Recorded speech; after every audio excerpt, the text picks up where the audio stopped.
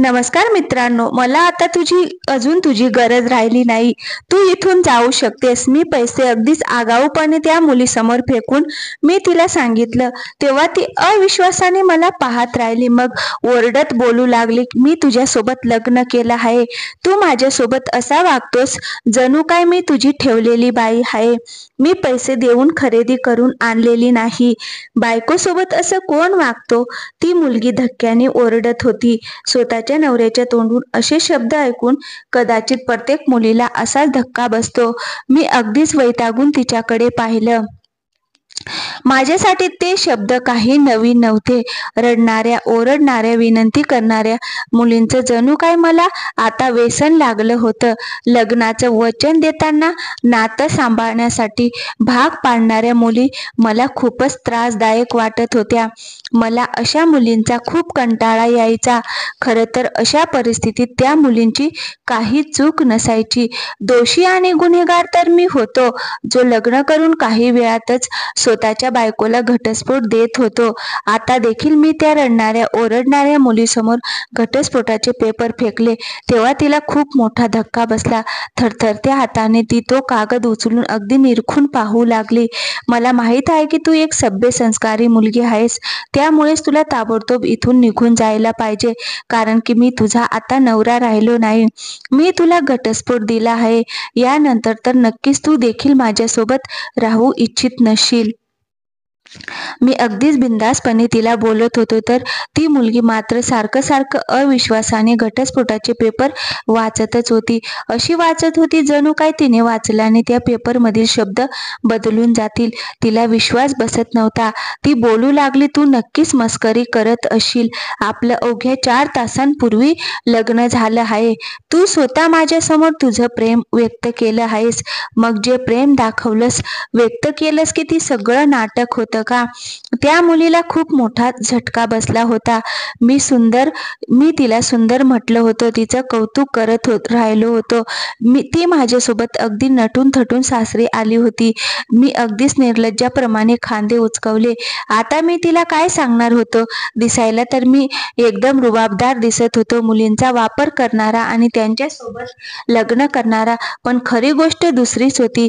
मी म्हणालो, जर मी तुला आता काही सविस्तरपणे सांगितलं तरी देखील तुला ते समजणार नाही, कारण की तू धक्क्यात आहेस. परंतु माझी मजबुरी आहे. मी तुझ्यासोबत अजून नातं ठेवू शकत नाही. मला हेच योग्य वाटलं की मी तुला घटस्फोट द्यावा. ती रडू लागली. मी बोलू लागलो की ही रक्कम तुझ्या अस्तित्वासाठी नाही, कारण की मला माहिती आहे मी तुझ्यासोबत जो वेळ घालवला आहे, आपल्यात एक योग्य आणि पवित्र नातं होतं. आपण कोणताही गुन्हा केला नाही, परंतु ही रक्कम फक्त तुझ्या त्या नुकसानाची भरपाई आहे, जे नुकसान मी तुझ्यासोबत काही तास लग्न करून तुझं केलं आहे. तुझा विश्वासघात केला आहे आणि मला हे चांगलं समजतंय, परंतु मी मजबूर आहे. मी तुला स्वीकारू शकत नाही. माझ्या बोलण्यावर ती मुलगी स्वतःची केस ओढत जोरजोरात रडू लागली. गरिबासारखी विनंती करू लागली. तिची इच्छा होती की मी बोलावं की मी मस्करी करत आहे, गंमत करत आहे. अगदी साधी मुलगी होती. लग्नाला सर्व काही समजली होती. घटस्फोटानंतर अगदीच तुटून गेली, बोलत होती. आता घरी जाऊन काय उत्तर देणार? लोकांना काय सांगणार? तू मला बर्बाद केलं आहेस. जर तुला मला स्वीकारायचं नव्हतं तर मग लग्न का केलंस? ती ओरडून ओरडून मला प्रश्न विचारत होती. मी तिथून उठून निघून गेलो.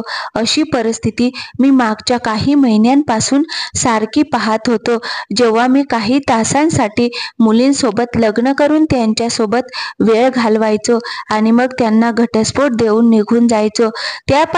त्यापैकी काही अशा मुली होत्या ज्या अगदी ओरडत ओरडत मला शिव्या देत होत्या आणि वाईट साईट बोलत होत्या. काही गरीब कुटुंबातल्या मुली अशा देखील होत्या ज्यांच्यासाठी लग्न करणं म्हणजे एक प्रकारे डोंगर पार करण्यासारखं होतं. त्यांचे आई वडील लग्न ठरल्यानंतर अगदी आनंद साजरा करायचे, परंतु मी काही तासांनीच त्यांना घटस्फोट देऊन पुन्हा परत त्यांच्या घरी पाठवायचो. त्या मुलीच्या विनवण्यांनी माझं मन विरघळत नव्हतं. जेव्हा त्यांना सोडून यायचो तेव्हा त्यांचे शिव्याशाप मला दूरपर्यंत पाठलाग करायचे, परंतु मला कधीच त्याची पर्वा नव्हती. माझं आयुष्य अगदी सोपं होतं. माझं कोणत्याच गरीब व्यक्तीशी काहीच देणं घेणं नव्हतं. माझ्यासारख्या मुलांचं लग्न ठरणं ही काही कठीण गोष्ट नव्हती. मी खूप चांगल्या खात्यापित्या घरातलं होतो. दिसायला हँडसम होतो. श्रीमंत घरातील मुलींच्या जवळ जाण्यासाठी मला लग्नाची गरज पडत नव्हती आणि गरीब घरातील मुलींसाठी माझ्यासारख्या मुलांचं नातं खूपच मौल्यवान असायचं. मी लग्नाचा सर्व खर्च स्वतः करायचो आणि हुंड्यासाठी देखील मी नकार द्यायचो. ज्या बापाच्या मुली लग्नाच्या प्रतीक्षेत म्हाताऱ्या होत होत्या ते तर लगेचच त्यांच्या मुलींचं माझ्यासोबत लग्न ठरवून माझ्यासोबत पाठवून द्यायचे. अशा मुली जेव्हा काही तासानंतर घटस्फोट घेऊन घरी जायच्या तेव्हा माहीत नाही त्यांच्यावर कोणतं संकट कोसळत असेल आणि त्या कशा प्रकारे त्यांच्या घरामध्ये उत्तर देत होत्या. मला हे देखील माहिती होतं की घटस्फोटाचा ठपका मुलीवरच लागतो. मी याचा कधीच विचार करत नव्हतो. मी या अशा भानगडीत पडतच नव्हतो. मला तर माझं टेन्शन कुठेही शांतता लाभू देत नव्हतं. कितीतरी लग्न करून मी कंटाळलो होतो. रोजच्या रोज एकच समस्या होती, परंतु मला शांतता कुठेच मिळत नव्हती. वेळ देखील वाया घालवत होतो, पैसा देखील वाया घालवत होतो. रोजच्या रोज कोणत्या ना कोणत्या मुलीसोबत लग्न करून काही तासानंतर जेव्हा मी तिला घटस्फोट द्यायचो आणि भरपूर पैसे देऊन त्यांचं तोंड बंद करण्याचा प्रयत्न करायचं तेव्हा मी हे जाणून घेण्याचा प्रयत्न केला नाही की त्या मुलींचा याने काही फायदा होत होता की नाही, परंतु मी माझ्या बाजूने त्यांची नुकसान भरपाई नक्कीच करत होतो. त्यावेळेला देखील मी मुलीला घटस्फोट देऊन त्या भाड्याच्या खोलीतून निघून माझ्या घराकडे निघालो. चेहऱ्यावर उदासपणा होता. घरी पोहोचलो तेव्हा माझी आई पुन्हा एकदा मोलकरणीवर ओरडत गोंधळ घालत होती. माझे वडील एका बाजूला डोकं धरून कंटाळून बसले होते. मी घरी आलो आहे याबद्दल त्या दोघांनाही माहिती नव्हतं किंवा त्यांनी लक्ष देखील दिलं नाही. मी पावलं उचलत माझ्या खोलीकडे गेलो. मी कुठे राहत होतो, काय करत होतो, दिवसभर काय काय करत असायचो याची माझी आई वडिलांनी काहीच पर्वा नव्हती. घराच्या त्या वाईट परिस्थितीने मला माझ्या आई वडिलांपासून दूर केलं होतं. माझे आई वडील दिवसभर एकमेकांसोबत भांडत राहायचे आणि एकमेकांसोबत लग्न केल्यामुळे पश्चाताप करत होते. मी अनेकदा विचार करायचो की माहीत नाही त्यांची काय मजबुरी होती की ते एकमेकांना घटस्फोट द्यायला देखील तयार नव्हते. नंतर लक्षात आलं की दोघांचा पैसा वापरून व्यवसाय चालत होता आणि मग घटस्फोट झाल्यामुळे तो व्यवसाय विभागला गेला असता.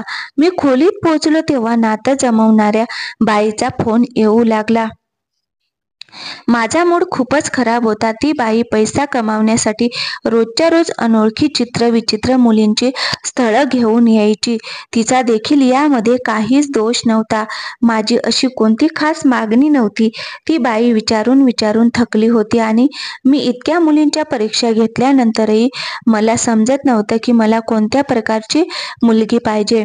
माझ्यासाठी सौंदर्य आता अजिबातच महत्त्वाचं नव्हतं. माझी आई दिसायला खूप सुंदर आणि तरुण स्त्री होती, पण माझ्या आईच्या त्या वाईट भाषेमुळे मला सुंदर मुलींचा तिरस्कार वाटू लागला. मुलींचा मऊ स्वर, आनंदी स्वभाव मला भावत नव्हता. मी प्रत्येक वेळेला लग्न ठरवणाऱ्या बाईला हेच सांगायचो की कोणीतरी अशी मुलगी शोधा जिच्याकडून मला शांती मिळेल आणि ती बाई माझं तोंड पाहत बसायची. ती मला ओळखत नव्हती. आमचा एकमेकांसोबत फक्त पैशांमुळे संबंध होता आणि मी तिला माझा निर्णय सांगत होतो आणि ती मला स्थळ शोधून देत होती. अशामध्ये तिच्यासाठी हे जाणून घेणं कठीण होत होतं की मला शांती मिळवून देण्यासाठी ती मुलगी कशी असायला पाहिजे. मी माझे विचार माहीत नाही किती वेळा बदलले होते. ना मला गरीब कमी वयातल्या मुली आवडत होत्या, ना खूप जास्त शिकलेल्या आणि फॅशनेबल पसंत येत होत्या. मध्यमवर्गीय मुली ज्या श्रीमंत दिसण्यासाठी स्वतःची खरी ओळख देखील विसरून जात होत्या, अशा मुलींचा मला खूप तिरस्कार वाटत होता. साध्या सरळ मुली मला म्हाताऱ्या बायकांसारख्या वाटत होत्या आणि ज्या मुली मॉडर्न कपडे घालून अगदी नटून थटून राहत होत्या त्या मला माझ्या आईप्रमाणे वाटत होत्या आणि मी माझ्या आईला आधीच खूप कंटाळलो होतो आणि मग परिणामी आजपर्यंत माझा ज्या मुलीसोबत लग्न झालं होतं आणि जितक्या मुलींसोबत मी संबंध निर्माण केले होते, कोणतीच मुलगी माझ्या अपेक्षांवर खरी उतरत नव्हती. रोजच लग्न करायचो आणि काही तासानंतर घटस्फोट देऊन परत यायचो. शांतता शोधण्यासाठी मी वेडा होत चाललो होतो, परंतु मला कुठे शांतता मिळत नव्हती. मला माझा संसार उभा करायचा होता, जेणेकरून आई वडिलांपासून दूर राहू शकेन. बाईशिवाय जगणं देखील अवघड वाटत होतं. नातं ठरवणाऱ्या बाईने मला अजून एका मुलीबद्दल सांगितलं होतं. खरं तर मी आता कंटाळलो होतो. मी तिला जरा रागाने सांगितलं, यावेळी जरा आधी दाखवलेल्या मुलींपेक्षा कोणीतरी वेगळी मुलगी शोधा. सगळ्या सारख्या मुलींना वापरून मी थकलो आहे. बोलू लागली, मग तूच सांग की तुला कोणत्या प्रकारची बाई पाहिजे. बोलू लागली, मी तर आता तुझ्यासाठी मुलगी शोधून शोधून थकले आहे. आता तर सगळ्या विधवा, घटस्फोटित आणि वयाने मोठ्या असलेल्या बायकांची स्थळं राहिली आहेत. सुंदर मुली तर मी तुला दिल्या आहेत आणि तू सर्वांसोबत लग्न करून 3 तासात त्यांना घटस्फोट देऊन मोकळं केलं आहेस. आता तर लोक माझ्या डोक्यावर नाचू लागले आहेत की मी त्यांच्या मुलीचं अशा ठिकाणी लग्न लावून देते जिथे मुलगी 2-3 तासाने घटस्फोट घेऊन पुन्हा परत येऊन घरात बसतात. बोलू लागली, मला तर तुझ्याबद्दल काहीच माहिती नाही. हे माझे उपकार समज की मी तुला अशा अशा मुली शोधून देत आहे, ज्या संसार उभा करण्याच्या लायकीच्या आहेत, संस्कारी आणि पवित्र मुली आहेत. मी तिच्या तक्रारी, तिचा राग ऐकून देखील कंटाळलो होतो. रागाने बोलू लागलो, तू माझ्यावर कोणते उपकार केले नाहीस. तू तुझ्या कामाच्या बदल्यात खूप जास्त पैसे घेतेस. मला सभ्य आणि पवित्र मुलगी नको. मला तर फक्त अशी बाई पाहिजे जी माझ्या अपेक्षा पूर्ण करत मला शांतता देईल. परंतु मला असं वाटतंय जणू काय माझ्यासाठी या जगामध्ये अशी मुलगी आलीच नव्हती. मी उलटे सुलटे विचार करत होतो. माझ्यासारख्या मॉडर्न मुलीसोबत मैत्री करून देखील पाहिलं होतं आणि सभ्य पवित्र मुलींसोबत लग्न करून देखील जाणून घेतलं होतं, परंतु मला कोणत्याच मुलीने खुश केलं नव्हतं. लग्न ठरवणाऱ्या काकूसोबत देखील भांडण करून बसलो. आई वडिलांनी रोजच्या रोज तीच कटकट होती. एकमेकांसोबत भांडण करायचे आणि एकमेकांना शिव्या द्यायचे. घरामध्ये शांतता राहिलीच नव्हती. दिवसभर माझी आई माहीत नाही कोणत्या मीटिंगमध्ये व्यस्त असायची आणि बाबा त्यांचं काम सांभाळत होते. एके दिवशी मी घरामध्ये एकटा बसलो होतो. घरातलं काम करण्याच्या निमित्ताने माझ्या आईला एक बाई भेटायला आली. मला तिला पाहून धक्का बसला. ती एखादी कमी वयाची किंवा तरुण मुलगी नव्हती, परंतु स्मार्ट आणि रुबाबदार बाई होती. तिच्या चेहऱ्यावर अशी चमक होती, यावरून ती खूपच समजूतदार आणि स्थिर मनाची, आत्मविश्वासू वाटत होती. व्यवस्थित कपडे घालून आत्मविश्वासाने ती माझ्यासमोर बसून ती इथे का आली आहे हे मला सांगत होती. मी तिला अगदी निरखून पाहू लागलो. तिला छोटे मोठे प्रश्न विचारले. बोलू लागले की मी विधवा आहे. आई माझ्या लग्नापूर्वीच मेली होती. वडील आणि भाऊ देखील नाहीत. त्यामुळेच नवऱ्याच्या मृत्यूनंतर स्वतःचं पोट भरण्यासाठी आता काम करण्याची गरज निर्माण झाली आहे.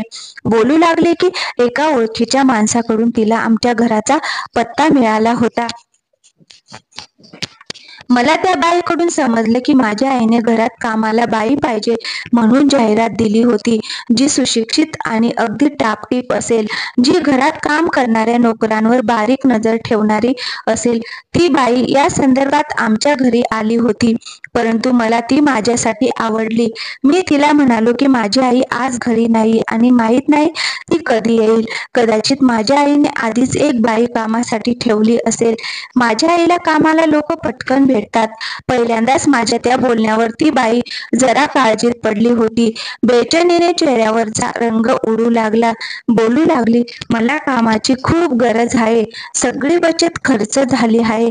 घरामध्ये खाण्यापिण्याचं काही सामान शिल्लक नाही आणि माझ्याजवळ कमाईचं दुसरं कोणतं साधन देखील नाही. मी त्या बाईला पाहत होतो, परंतु जर मी लगेचच तिला लग्नाबद्दल बोललो असतो तर तिने मला नक्कीच नकार दिला असता आणि टाइमपास करणारा एखादा मवाली मुलगा मला समजली असती. त्यामुळेच मी तिला माझं कार्ड दिलं आणि तिला सांगितलं की माझ्याकडे तुझ्या लायकीचं नक्कीच कोणतं तरी काम निघेल. तू माझं कार्ड ठेव आणि संपर्कात राहा. ती बाई आशेच्या नजरेने मला पाहत तो कार्ड घेऊ लागली. बोलू लागली की तुमची ऋणी राहीन. मी गरजू आहे आणि खूप मेहनतीने काम करेन. मग ते कोणतेही काम का असेना मी करेन. मला फक्त पैसा पाहिजे जेणेकरून घर चालू शकेल.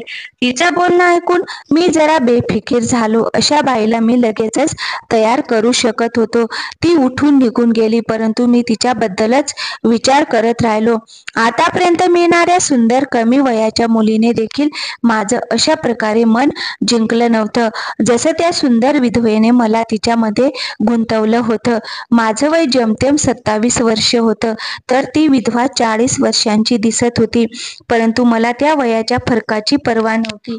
काही रात्री ती मला फोन करत विचारत राहिली आणि मी तिला हे सांगत टाळत राहिलो की मी तुझ्यासाठी योग्य काम शोधत आहे.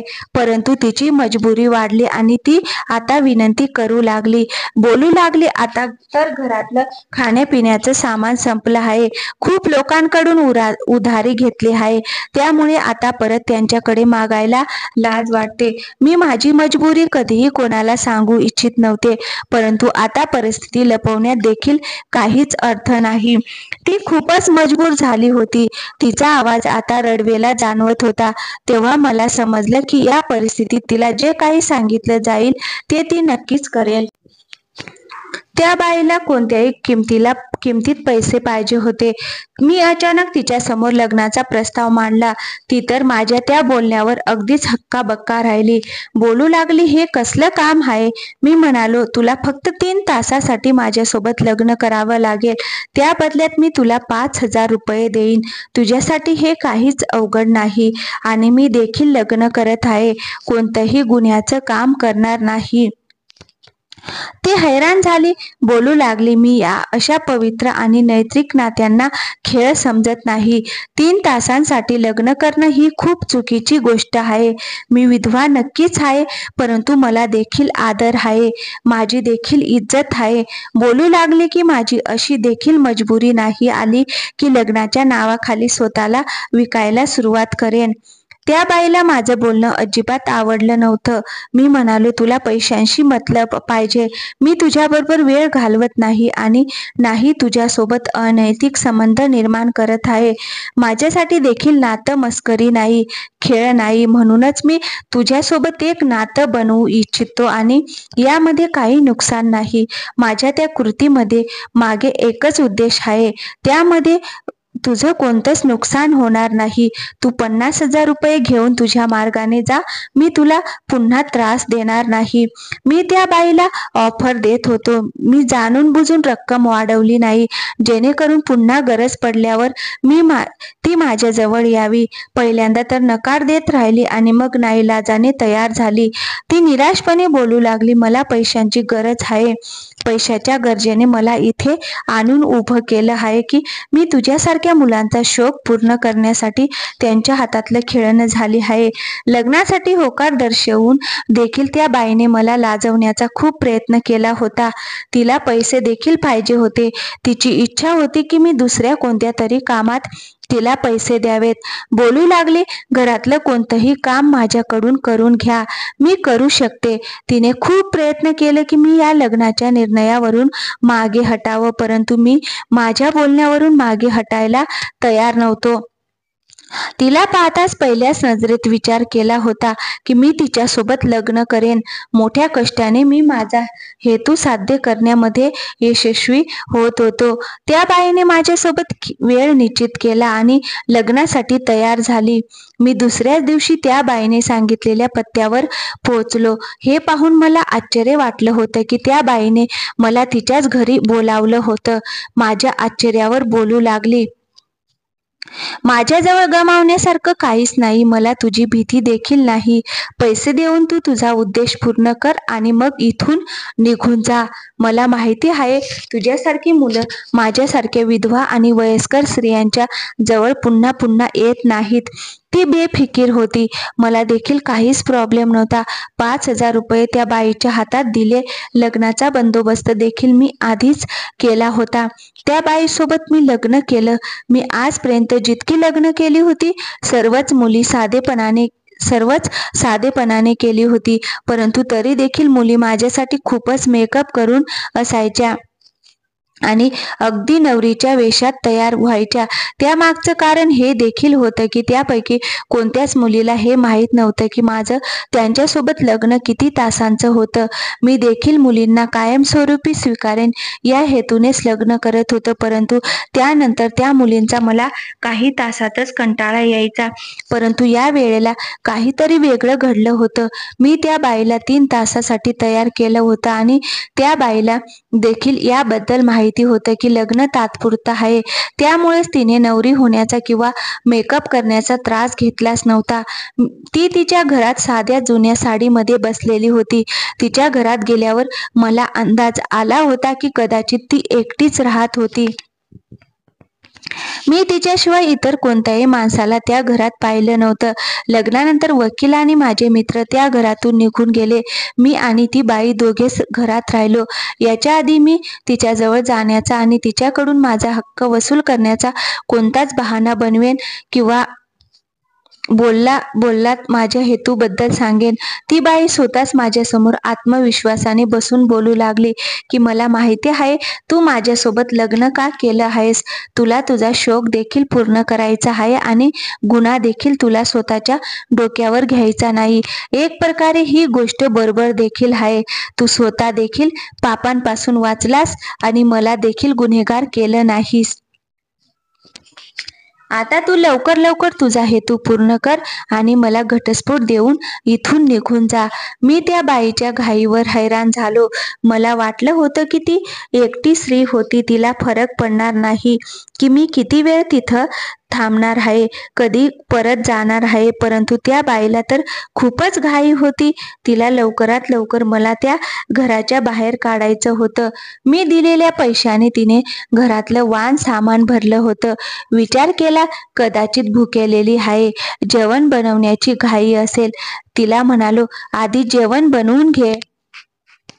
परंतु ती अगदी शांतपणे बोलू लागली, नाही आता नाही.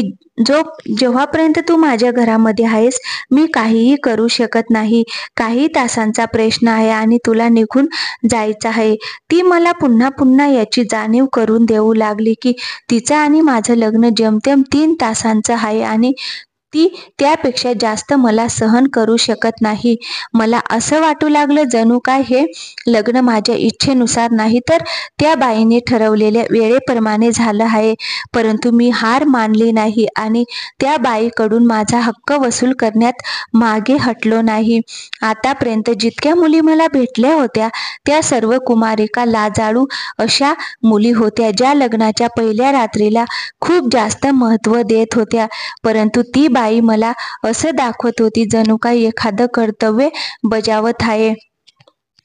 आणि आश्चर्याची गोष्ट ही आहे की त्या बाईने मला शांतता मिळवून दिली होती.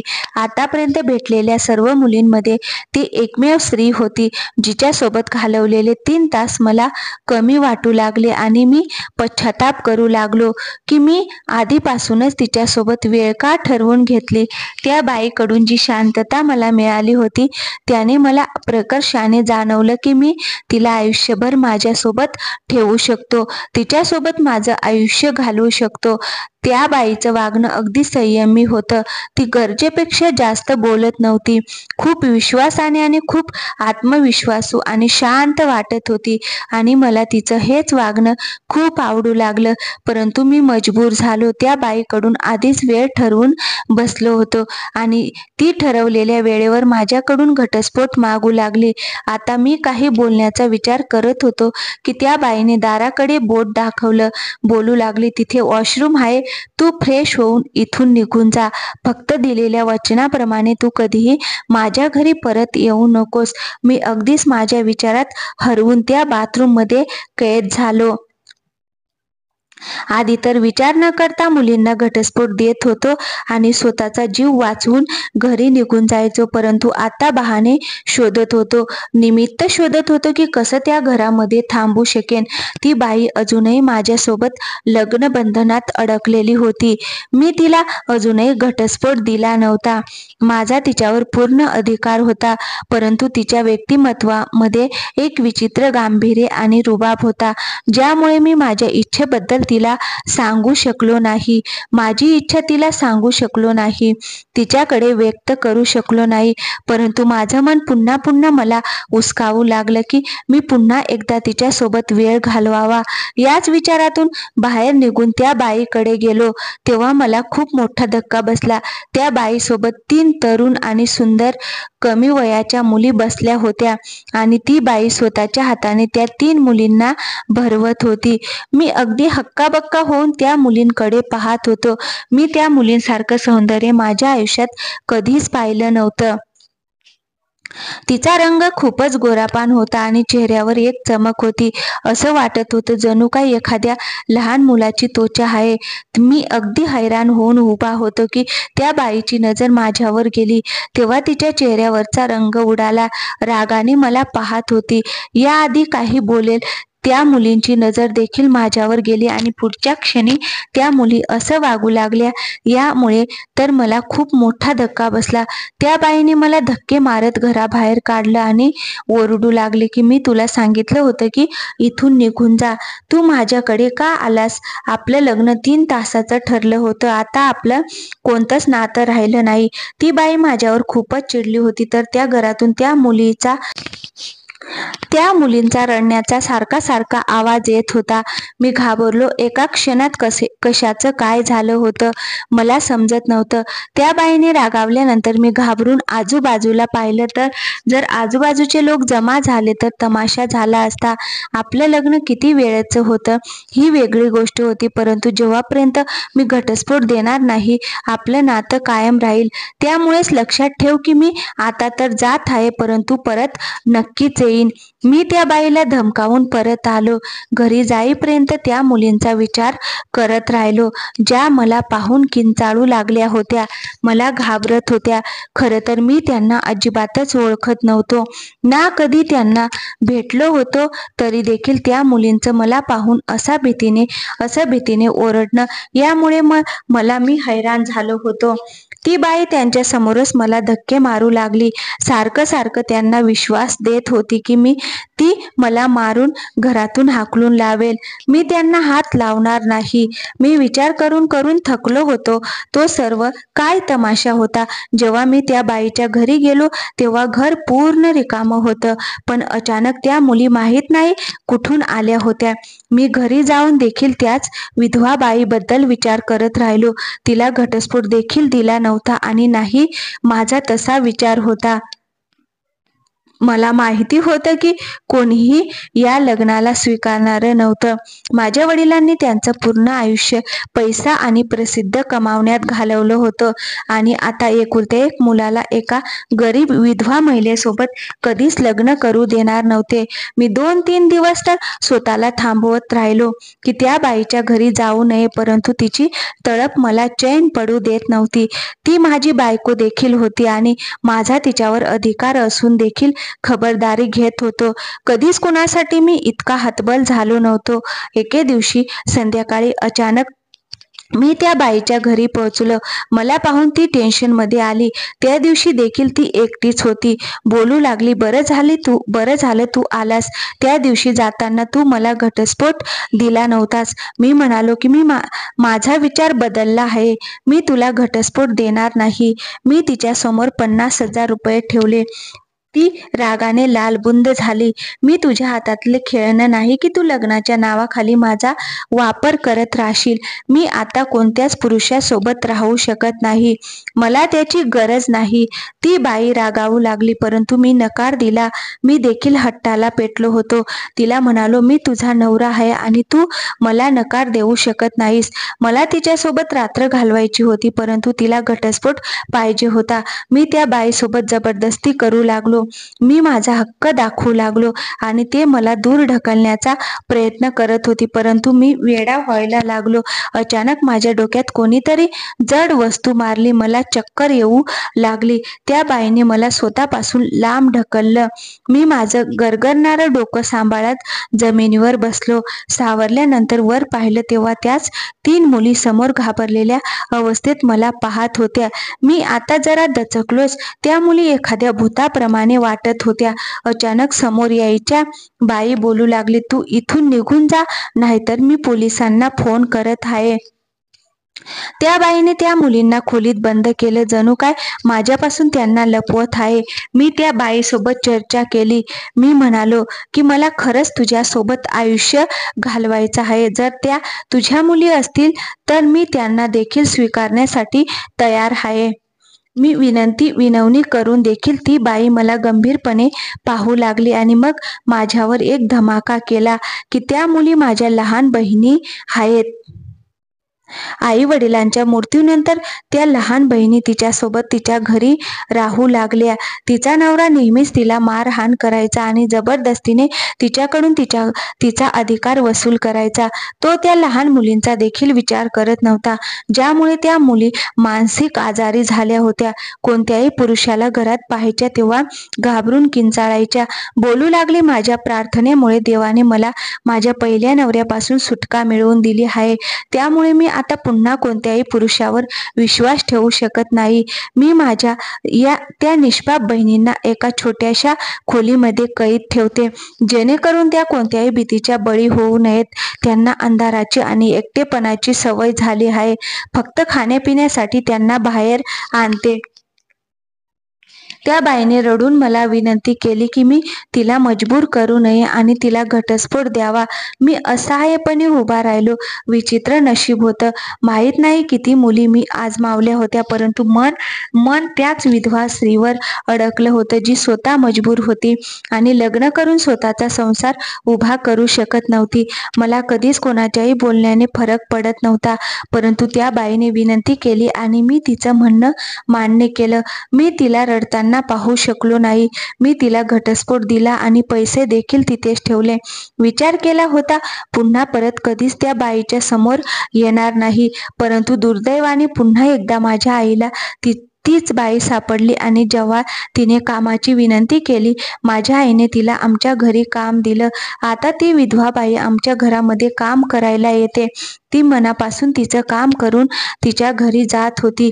मी तिथे उपस्थित आहे, यामुळे तिला काहीच फरक पडला नाही, परंतु मी जेव्हापर्यंत घरात राहत होती, मी माझ्या खोलीत एकटाच बसून तिच्या इच्छेमध्ये जळत राहत होतो.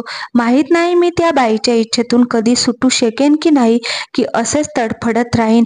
मित्रांनो, जर तुम्हाला ही कथा आवडली असेल तर व्हिडिओला एक लाईक करा आणि अशाच छान छान कथा पाहण्यासाठी आमच्या चॅनलला सबस्क्राईब नक्की करा. थँक्यू. धन्यवाद.